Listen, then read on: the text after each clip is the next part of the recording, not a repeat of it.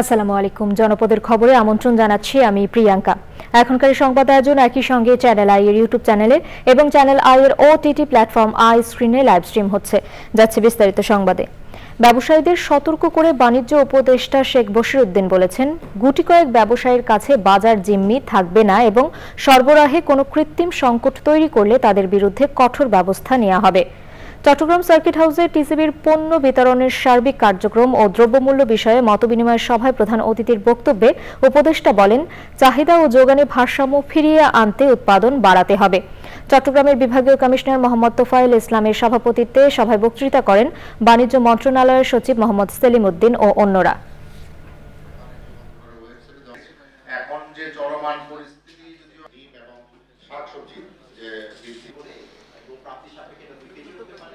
বাজারে বেশ কিছু পণ্যে অলরেডি একটা পজিটিভ অবস্থান তৈরি হয়েছে। অলরেডি পেঁয়াজের দাম কমতে শুরু করেছে। আশা করি আলুর দামও শীঘ্রই নেমে আসবে। যতদিন না নামে ততদিন পর্যন্ত টিসিবি একেবারে নিবিড়ভাবে বাজারে থাকবে। টিসিবি 350 ট্রাক কার্যক্রম পরিচালনা করছে। এটাকে খুবই দ্রুত আমরা 400 ট্রাকে ওঠানোর চেষ্টা করছি। লক্ষ্মীপুরের চন্দ্রগঞ্জ কফিল উদ্দিন কলেজ সংলগ্ন ব্রিজ ভেঙে যাওয়ায় সাধারণ মানুষের যাতায়াতে ভোগান্তি চরমে পৌঁছেছে। রহমতখালী খালের ওপর দিয়ে প্রায় 100 ফুট দীর্ঘ ব্রিজটি কয়েক খণ্ডে ভেঙে যাওয়ায় যানবাহন চলাচল বন্ধ হয়ে গেছে। লক্ষ্মীপুর থেকে মহিউদ্দিন মুরাদের পাঠানো তথ্য, ভিডিও চিত্রে রাজীব আহমেদের রিপোর্ট। জেলার পূর্বাঞ্চলের রায়পুর চৌমোহনী ঢাকা মহাসড়কের পাশে অন্যতম ব্যবসা কেন্দ্র ও উপশহর চন্দ্রগঞ্জ বাজারের পশ্চিমে অবস্থিত ব্রিজটি। চন্দ্রগঞ্জ চরশাহী সড়কে রহমতখালী খালের ওপর নির্মিত ব্রিজটি দিয়ে চরশাহী, কুশাখালী, বসুরহাট, লাহারকান্দি সহ দক্ষিণাঞ্চলের 5টি ইউনিয়নের কয়েক লাখ মানুষ যাতায়াত করে। গত রোববার বিকেলে বিকট শব্দে ভেঙে পড়ে ব্রিজটি।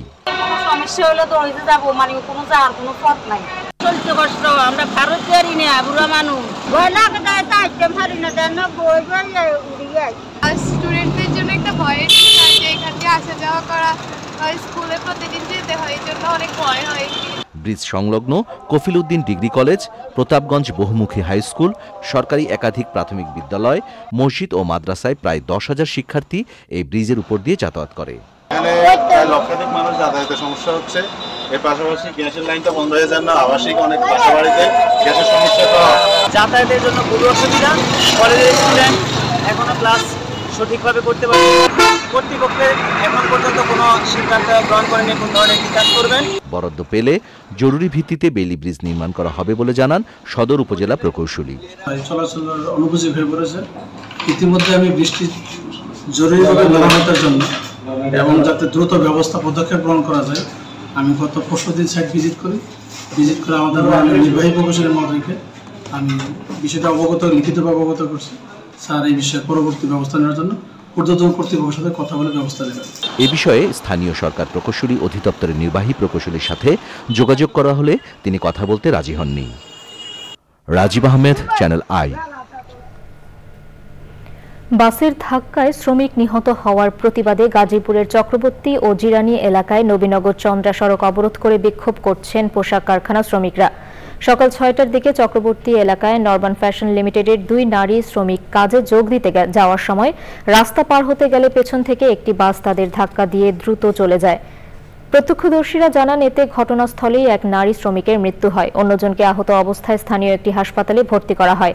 এই ঘটনার পরপরই ওই কারখানা শ্রমিকরা সড়ক অবরোধ করে বিক্ষোভ শুরু করেন। এতে দীর্ঘ যানজটের সৃষ্টি হয়ে ভোগান্তিতে পড়েন যাত্রীরা। অন্যদিকে জিরানী এলাকায় বুধবার ওকোটেক্স নামে একটি কারখানার শ্রমিক সড়ক দুর্ঘটনায় নিহত হন। এরপর থেকে বিক্ষোভ শুরু করেন ওই কারখানার শ্রমিকরা।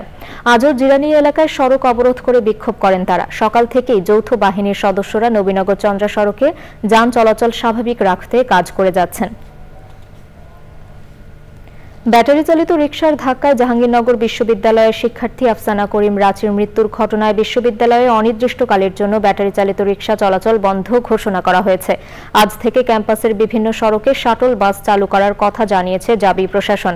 এ বিষয়ে বিশ্ববিদ্যালয়ের সহকারী প্রক্টর শামীমা নাসরিন জলি জানান, বিশ্ববিদ্যালয় কর্তৃপক্ষ আধুনিক পরিবহন সেবা চালুর কথা ভাবছে। আলোচনা করে কমিটি গঠন করা হবে। ক্যাম্পাসে শাটল বাস চালু নিয়ে বিশ্ববিদ্যালয়ের পরিবহন অফিস থেকে এক বিশেষ বিজ্ঞপ্তি প্রকাশ করা হয়েছে। পরবর্তী বিজ্ঞপ্তি না দেওয়া পর্যন্ত ক্যাম্পাসের বিভিন্ন রুটে নির্ধারিত সময়ে শাটল বাস চলাচল করবে। মঙ্গলবার রাতে বিশ্ববিদ্যালয়ের নতুন কলাভবন সংলগ্ন রাস্তায় ব্যাটারি চালিত রিকশার ধাক্কায় জাহাঙ্গীরনগর বিশ্ববিদ্যালয়ের মার্কেটিং বিভাগের প্রথম বর্ষের শিক্ষার্থী আফসারা করিম রাচি গুরুতর আহত হন। বিশ্ববিদ্যালয়ের মেডিকেল সেন্টার থেকে সাভার এনাম মেডিকেল হাসপাতালে নেওয়ার পথে তার মৃত্যু হয়।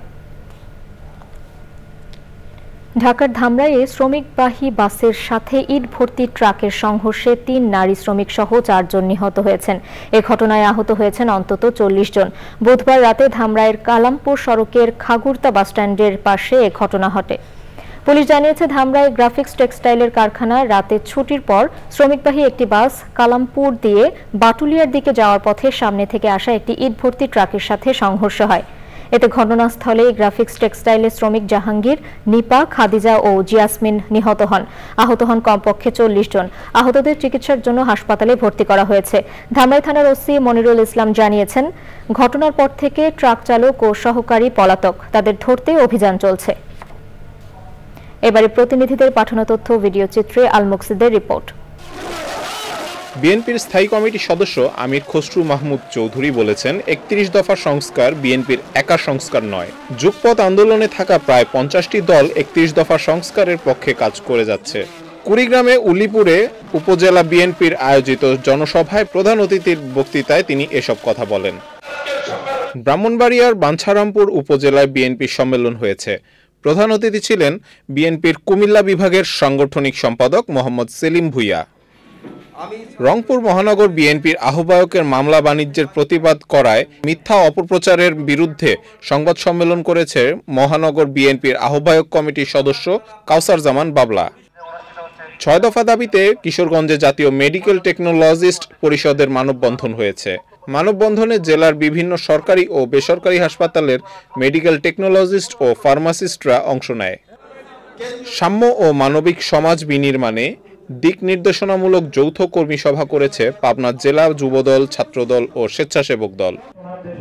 ময়মনসিংহের ফুলবাড়িয়া কালাদহ আনসার ভিডিপি সদস্যদের সাথে মতবিনিময় করেছে আনসার ও ভিডিপির মহাপরিচালক মেজর জেনারেল আব্দুল মোতালেব সাজ্জাদ মাহমুদ।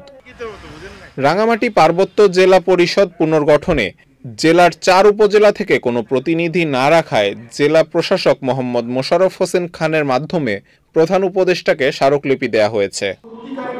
সুষ্ঠু নির্বাচন পরিবেশ সৃষ্টিসহ সংস্কার কমিশনের কাছে জন আকাঙ্ক্ষা ভিত্তিক সুপারিশমালা প্রণয়নের দাবিতে রংপুরে সংবাদ সম্মেলন করেছে সুশাসনের জন্য নাগরিক সুজন। সংবাদ সম্মেলনে বাংলাদেশের নির্বাচন ব্যবস্থা রক্ষায় ১১ দফা দাবি তুলে ধরা হয়। সুনামগঞ্জে জাতীয় মেডিকেল টেকনোলজিস্ট ও ফার্মাসিস্ট পরিষদের উদ্যোগে কর্মবিরতি ও মানববন্ধন কর্মসূচি পালিত হয়েছে।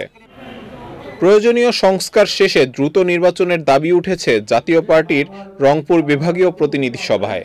প্রধান অতিথির বক্তৃতায় পার্টির কো চেয়ারম্যান মোস্তাফিজুর রহমান মোস্তফা জানান, অন্তর্বর্তী সরকারের ১০০ দিন দেশে অস্থিতিশীলতার কারণে অচলাবস্থা তৈরি হয়েছে। আল মুকসিদ, চ্যানেল আই। শুষ্ক মৌসুমেও চাঁদপুরের ডাকাতিয়া নদীর তীব্র ভাঙনে নিঃস্ব হচ্ছে শত শত পরিবার। পানি কমতে থাকায় নদী তীরবর্তী বিভিন্ন পয়েন্টে ভাঙনে ১৫০রও বেশি বসতঘর নদীগর্ভে বিলীন হয়েছে। স্থায়ী সমাধানে প্রয়োজনীয় উদ্যোগের দাবি জানিয়েছেন ভাঙন কবলিতরা। আগামী বর্ষার আগেই প্রয়োজনীয় ব্যবস্থা নেওয়ার আশ্বাস দিয়েছে পানি উন্নয়ন বোর্ড। মোর্শেদ আলমের তথ্য ও ভিডিওচিত্রে আফরোজা হাসির রিপোর্ট। বর্ষায় বন্যা আর শুষ্ক মৌসুমে তীব্র ভাঙনে দিশেহারা ডাকাতিয়া নদী তীরের বিস্তীর্ণ জনপদের বাসিন্দারা।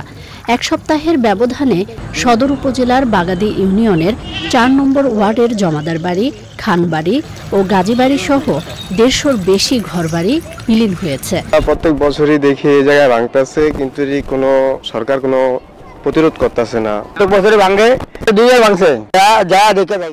আমাদের বাড়িও ভাঙছে। এখানে আমাদের বাড়ি ছিল, বর্তমানে এখন নদীর মাঝখানে আমাদের বাড়ি। ভাঙন ঝুঁকিতে মসজিদ, মাদ্রাসা, বসতবাড়ি, কবরস্থান ও প্রাথমিক বিদ্যালয় সহ হাজারো স্থাপনা।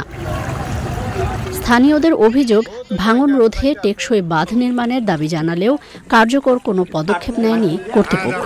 প্রত্যেক বছরই ভাঙতে আছে, কিন্তু কেউ এটার নেয় না, পদক্ষেপ নেয় না। একে 4 বার করে ভাঙ্গল খাইয়া ঘর লাগাইতে লাগাইতে জায়গা নাই, হার ফরের হেইভার যে উঠছি বাড়ি লিয়া। এবারই সবচেয়ে বেশি গুরুত্ব ভাঙছে। অনেক মানুষের দিশমিশ না পাইয়া বাঁশ বুশ দিয়া ফালিং ফুলিং দিয়া থাকতে আছে। ভাঙন কবলিত এলাকায় স্থায়ী বাঁধ নির্মাণের আশ্বাস দিয়েছে পানি উন্নয়ন বোর্ড। সমীক্ষার আলোকে আমরা 172 কোটি টাকা ব্যয়ে ডাকাতিয়া নদী পুনর্খনন এবং প্রতিরক্ষা কাজের একটা ডিপিপি কিন্তু প্রস্তাব করেছে এবং এটা পানি সম্পদ মন্ত্রণালয়ে রয়েছে। যদি আমরা অনুমোদন পাই তাহলে এই সমস্ত এলাকায় আমরা কাজ বাস্তবায়ন করলে এই এলাকার নদী ভাঙন রক্ষা পাবে। জীবন জীবিকা রক্ষায় ভাঙন রোধে দ্রুত বাঁধ নির্মাণ ও পুনর্বাসনের দাবি জানিয়েছেন ভুক্তভোগীরা। আফরোজা হাসি, প্রকৃতি ও জীবন ডেস্ক, চ্যানেল আই। জনপদের খবর আজকের মতো এ পর্যন্তই। পরবর্তী কৃষি সংবাদ দেখার আমন্ত্রণ জানিয়ে শেষ করছি। ধন্যবাদ সবাইকে।